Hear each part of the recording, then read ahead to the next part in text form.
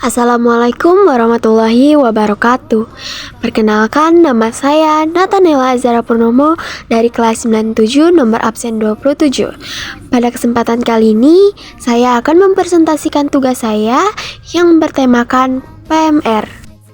PMR saya bagi menjadi 3. Pertama, sejarah.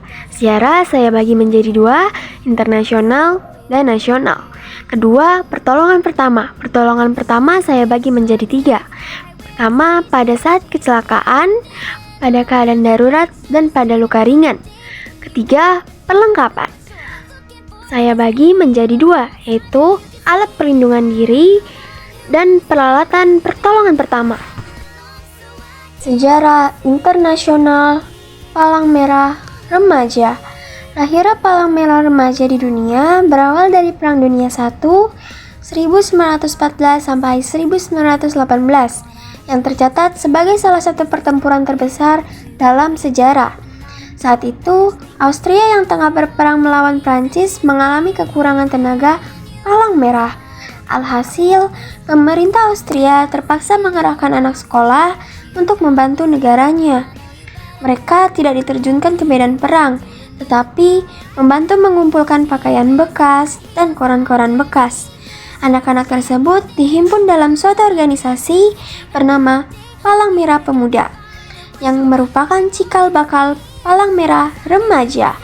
Pada 1919, dalam sidang Liga Perhimpunan Palang Merah Internasional, diputuskan bahwa Palang Merah Remaja menjadi bagian dari Gerakan Palang Merah dan Bulan Sabit Merah Internasional. Palang Merah Internasional didirikan pada 24 Juni 1859 oleh Komite Internasional Palang Merah Henry Dunant di Jenewa, Swiss. Sejarah nasional Palang Merah Remaja. Palang Merah di Indonesia berawal dari pendirian Netherlands World Cruise Afdeling Indi, Merkai, oleh pemerintah kolonial Belanda pada 21 Oktober 1873 yang kemudian dibubarkan saat pendudukan Jepang. Upaya mendirikan Palang Merah Indonesia dimulai dari 1932 oleh Dr. R.C.L. Senduk dan Dr. Bahtiar Johan. Namun terhalang oleh Nerkai dan pemerintah Jepang. Setelah proklamasi kemerdekaan, Presiden Soekarno memerintahkan pembentukan Palang Merah Nasional pada 3 September 1945. Tanggal 5 September 1945, Panitia 5 dibentuk oleh Menteri Kesehatan Dr. Buntaran. Akhirnya, Perhimpunan Palang Merah Indonesia resmi berdiri pada 17 September 1945 dengan Ketua Dr. Anders Muhammad Hatta. Pada 16 Januari 1950, Nerkai dibubarkan dan asetnya diserahkan kepada PMI. Pertolongan pertama pada saat kecelakaan. Langkah-langkah pertolongan pertama, pastikan area aman untuk Anda dan korban sebelum memberikan bantuan. Cek respon korban. Jika tidak merespon, periksa pernapasan. 3.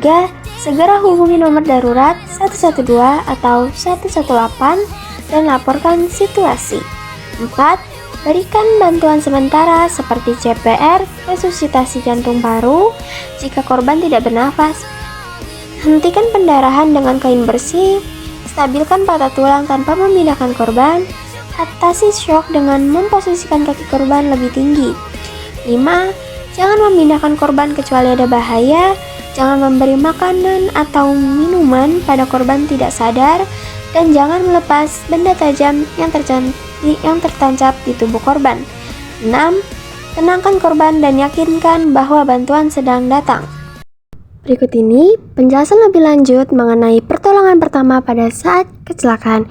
Yuk simak videonya. Kecelakaan lalu lintas bisa terjadi kapan saja dan di mana saja.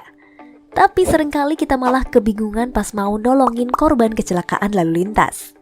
Padahal pertolongan sekecil apapun bisa saja menyelamatkan nyawa korban dan mencegah kecacatan.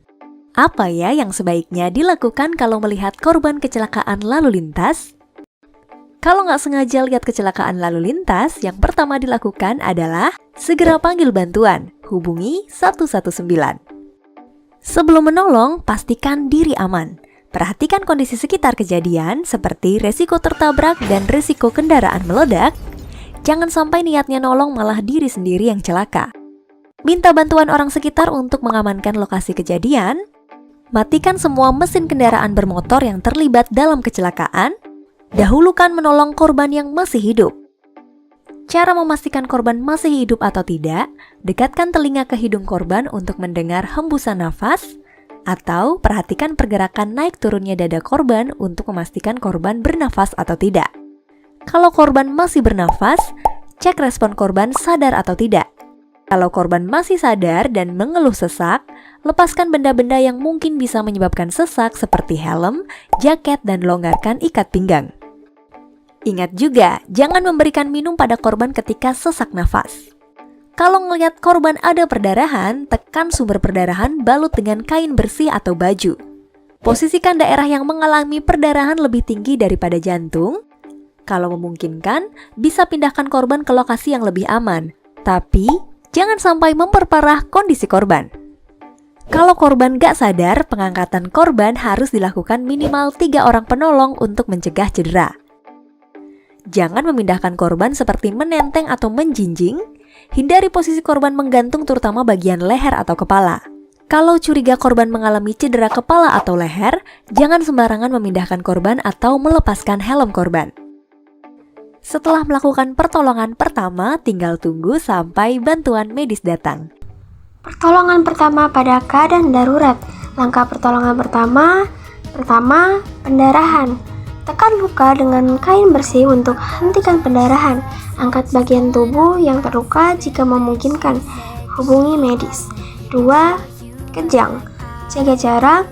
Lindungi kepala korban dengan bantal. Hubungi medis jika kejang berlangsung lama. 3. Tersedak.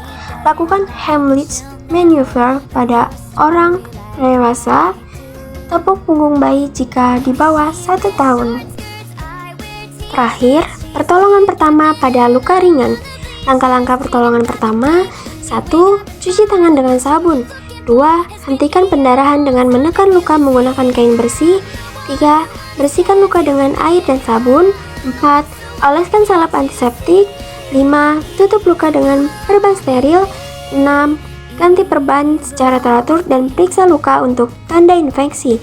Dan jika luka tidak sembuh atau infeksi muncul, segera konsultasi dengan dokter. Berikut ini adalah macam-macam alat perlindungan diri atau APD. 1. Sarung tangan. 2. Kacamata. 3. Masker medis. 4. Masker resusitasi. Dan 5. Helmet. Terakhir, beberapa macam peralatan pertolongan pertama. 1. Alat penutup luka, kasa steril, bantalan kasa, oklusif. 2. Pembalut. Pembalut gulung kasa, pembalut gulung elastis, pembalut segitiga atau mitela, pembalut tabuler atau tabung, pembalut rekat atau plaster. 3. Cairan antiseptik, alkohol 70%, povidone iodin, H2O2 hidrogen peroksid. 4. Cairan pencuci mata. 5. Gunting pembalut. 6. Pinset anatomi. 7. Main lamp. 8. Cotton bud. 9. Kapas. 10. Selimut. 11. Tensimeter dan stetoskop. 12. Kartu tindakan pertolongan. 13. Alat tulis. Dan 14. Oksigen mobile. Kesimpulan, Palang Merah Remaja lahir sebagai respon terhadap kebutuhan tenaga medis selama Perang Dunia I, yang kemudian menjadi bagian dari Gerakan Palang Merah Internasional. Di Indonesia, perjuangan untuk mendirikan Palang Merah dimulai sejak masa penjajahan Belanda dan terus berlanjut hingga terbentuknya Palang Merah Indonesia setelah kemerdekaan. Selain itu, langkah-langkah pertolongan pertama yang perlu dilakukan saat terjadi kecelakaan sangat penting untuk disadari oleh setiap orang. Langkah-langkah tersebut mencakup memastikan keamanan lokasi, memeriksa kondisi korban, menghubungi bantuan medis, memberikan pertolongan sementara seperti CPR atau menghentikan pendarahan, dan memberikan dukungan psikologis pada korban. Pertolongan yang cepat dan tepat dapat menyelamatkan nyawa, sementara pengetahuan tentang alat medis yang diperlukan juga penting dalam menangani situasi darurat. Sekian presentasi dari saya, maaf bila ada kekurangan. Terima kasih. Wassalamualaikum warahmatullahi wabarakatuh.